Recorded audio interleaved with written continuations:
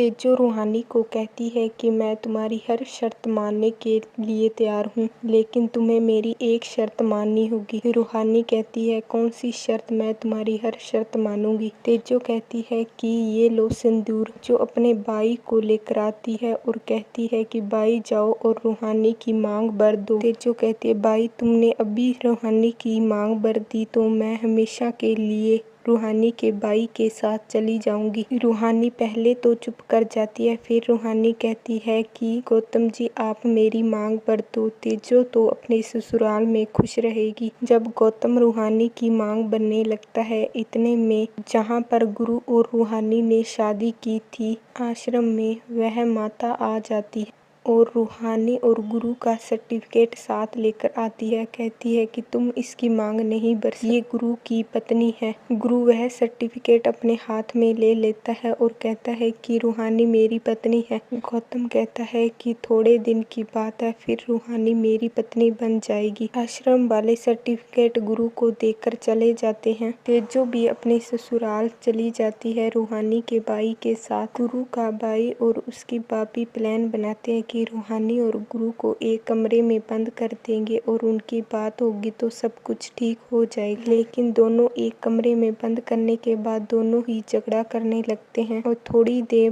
बाद में गौतम सिंह को पता चलता है। गौतम वह दरवाजा खोल देता है और पूछता है, रूहानी तुम्हें इस कमरे में कैद किसने किया है? रूहानी कुछ नहीं कहती और वहां से चली जाती है। गौतम गुरु पर गुस्सा होने लगता है। तेजो रूहानी को कहती है कि मैं तुम्हारी हर शर्त मानने के लिए तैयार हूँ, लेकिन तुम्हें मेरी एक शर्त माननी होगी। रूहानी कहती है, कौन सी शर्त? मैं तुम्हारी हर शर्त मानूंगी। तेजो कहती है कि ये लो सिंदूर, जो अपने भाई को लेकर आती है और कहती है कि भाई जाओ और रूहानी की मांग भर दो। तेजो कहती है, भाई तुमने अभी रूहानी की मांग भर दी तो मैं हमेशा के लिए रूहानी के भाई के साथ चली जाऊंगी। रूहानी पहले तो चुप कर जाती है, फिर रूहानी कहती है कि गौतम जी आप मेरी मांग भर दो। तेजो तो अपने ससुराल में खुश रहेगी। जब गौतम रूहानी की मांग भरने लगता है, इतने में जहाँ पर गुरु और रूहानी ने शादी की थी आश्रम में, वह माता आ जाती है और रूहानी और गुरु का सर्टिफिकेट साथ लेकर आती है। कहती है कि तुम इसकी मांग नहीं भर सकते, ये गुरु की पत्नी है। गुरु वह सर्टिफिकेट अपने हाथ में ले लेता है और कहता है कि रूहानी मेरी पत्नी है। गौतम कहता है कि थोड़े दिन की बात है, फिर रूहानी मेरी पत्नी बन जाएगी। आश्रम वाले सर्टिफिकेट गुरु को देकर चले जाते हैं। तेजो भी अपने ससुराल चली जाती है रूहानी के भाई के साथ। गुरु का भाई और उसकी भाभी प्लान बनाते हैं कि रूहानी और गुरु को एक कमरे में बंद कर देंगे और उनकी बात होगी तो सब कुछ ठीक हो जाएगा। लेकिन दोनों एक कमरे में बंद करने के बाद दोनों ही झगड़ा करने लगते हैं और थोड़ी देर बाद में गौतम सिंह को पता चलता है। गौतम वह दरवाजा खोल देता है और पूछता है, रूहानी तुम्हें इस कमरे में कैद किसने किया है? रूहानी कुछ नहीं कहती और वहां से चली जाती है। गौतम गुरु पर गुस्सा होने लगता है।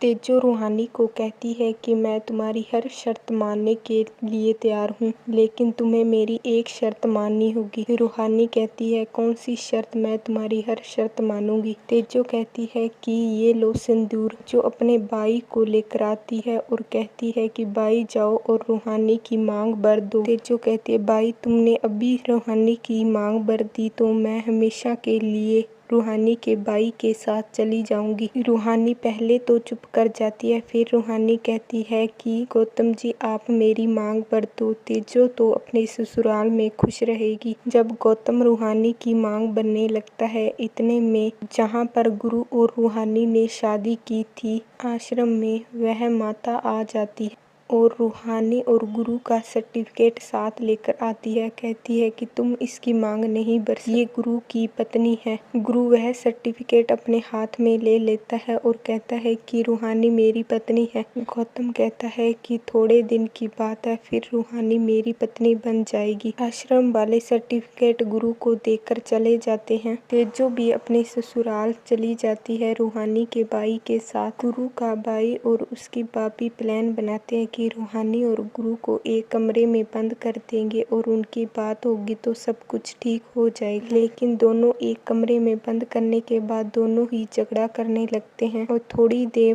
बाद में गौतम सिंह को पता चलता है। गौतम वह दरवाजा खोल देता है और पूछता है, रूहानी तुम्हें इस कमरे में कैद किसने किया है? रूहानी कुछ नहीं कहती और वहाँ से चली जाती है। गौतम गुरु पर गुस्सा होने लगता है।